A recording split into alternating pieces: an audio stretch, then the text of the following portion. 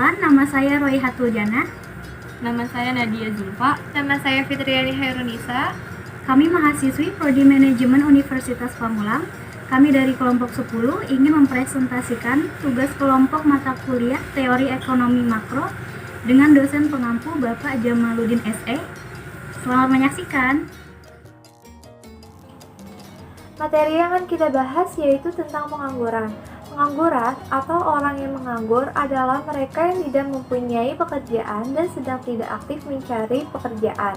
Kategori orang yang menganggur biasanya adalah mereka yang tidak memiliki pekerjaan pada usia kerja dan masa kerja. Usia kerja biasanya usia yang tidak dalam masa sekolah tetapi di atas usia anak-anak, relatif 6-18 tahun, yaitu masa pendidikan SD sampai tamat SMA. Pengangguran pada dasarnya tidak bisa dihilangkan sepenuhnya, karena bagaimanapun baik dan hebatnya kemampuan suatu bangsa dalam menangani perekonomiannya, tetap saja pengangguran itu ada. Pengangguran selalu menjadi masalah, bukan saja karena pengangguran berarti pemborosan dana, akan tetapi juga memberikan dampak sosial yang tidak baik. Misalkan akan semakin meningkatnya tindakan kriminal dan pelanggaran moral.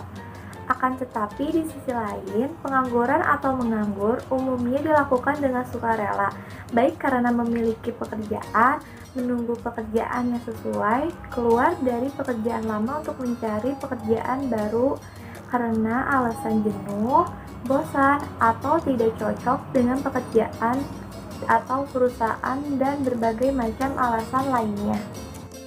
Pembahasan selanjutnya yaitu jenis-jenis pengangguran. Yang pertama, pengangguran friksional, sifatnya sementara, disebabkan oleh kendala waktu, informasi, dan kondisi geografis antara pelamar dengan pembuka lamaran pekerjaan. Ini terjadi karena pelamar kerja tidak mampu memenuhi syarat yang dibutuhkan pembuka lamaran kerja. Yang kedua, ada pengangguran konjungtural, yaitu pengangguran yang disebabkan oleh naik turunnya siklus ekonomi. Yang ketiga, pengangguran struktural, yaitu pengangguran yang diakibatkan oleh perubahan struktur ekonomi dan corak ekonomi dalam jangka panjang. Yang keempat, pengangguran musiman.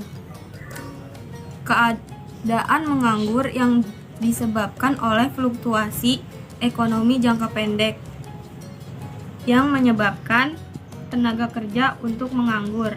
Yang kelima, pengangguran siklikal, yaitu pengangguran yang menganggur akibat imbas naik turun siklus ekonomi, sehingga permintaan tenaga kerja lebih rendah daripada penawaran kerja.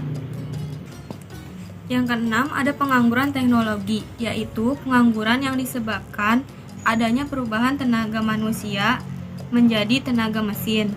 Yang ketujuh, ada pengangguran siklus. Pengangguran yang diakibatkan oleh menurunnya kegiatan perekonomian karena terjadinya resesi. Kedelapan, ada pengangguran terbuka. Pengangguran ini tercipta sebagai akibat pertambahan lowongan pekerjaan yang lebih rendah dari pertambahan tenaga kerja. Sebagai akibatnya, dalam perekonomian semakin banyak jumlah tenaga kerja yang tidak dapat memperoleh pekerjaan. Efek dari keadaan ini di dalam suatu jangka masa yang cukup panjang, mereka tidak melakukan sesuatu pekerjaan. Jadi mereka menganggur secara nyata dan sepenuh waktu dan oleh karenanya dinamakan pengangguran terbuka. Nomor 9, pengangguran tersembunyi. Di banyak negara berkembang, seringkali didapati bahwa jumlah pekerja dalam suatu kegiatan ekonomi lebih banyak dari yang sebenarnya diperlukan. Kelebihan tenaga kerja yang digunakan digolongkan dalam pengangguran tersembunyi.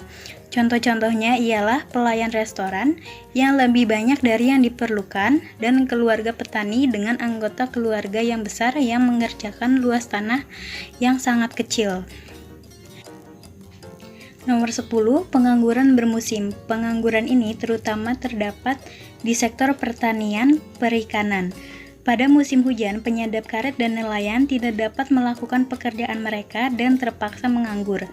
Pada musim kemarau pula, para pesawat tidak dapat mengerjakan tanahnya. Di samping itu, pada umumnya para pesawat tidak begitu aktif di antara waktu sesudah menanam dan sesudah menuai. Apabila dalam masa di atas penyadap karet, nelayan, dan pesawat tidak melakukan pekerjaan lain, maka mereka terpaksa menganggur. Penganggur seperti ini digolongkan sebagai pengangguran bermusim. Nomor 11, setengah menganggur. Di negara-negara berkembang, penghijrahan atau migrasi dari desa ke kota adalah sangat pesat. Sebagai akibatnya, tidak semua orang yang pindah ke kota dapat memperoleh pekerjaan dengan mudah. Sebagiannya menjadi penganggur sebagai penuh waktu. Di samping itu, ada pula yang tidak menganggur, tetapi tidak pula bekerja sepenuh waktu, dan jam kerja mereka adalah jauh lebih rendah dari yang normal.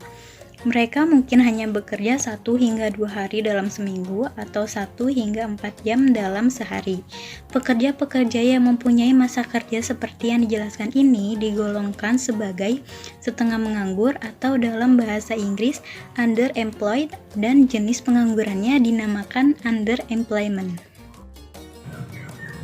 Berikutnya ada akibat pengangguran. Akibat pengangguran yang pertama, penurunan pendapatan per kapita. Yang kedua, penurunan pendapatan pemerintah yang berasal dari pajak. Yang ketiga, meningkatnya biaya sosial yang harus dikeluarkan pemerintah. Adapun akibat pengangguran bagi masyarakat. Yang pertama, menjadi beban psikologis dan psikis. Yang kedua, dapat menghilangkan keterampilan karena tidak pernah dipakai untuk bekerja. Dan yang ketiga, menimbulkan ketidakstabilan sosial dan politik seperti meningkatnya tindak kriminalitas. Sekian presentasi dari kami, kurang lebihnya mohon maaf. Wassalamualaikum warahmatullahi wabarakatuh.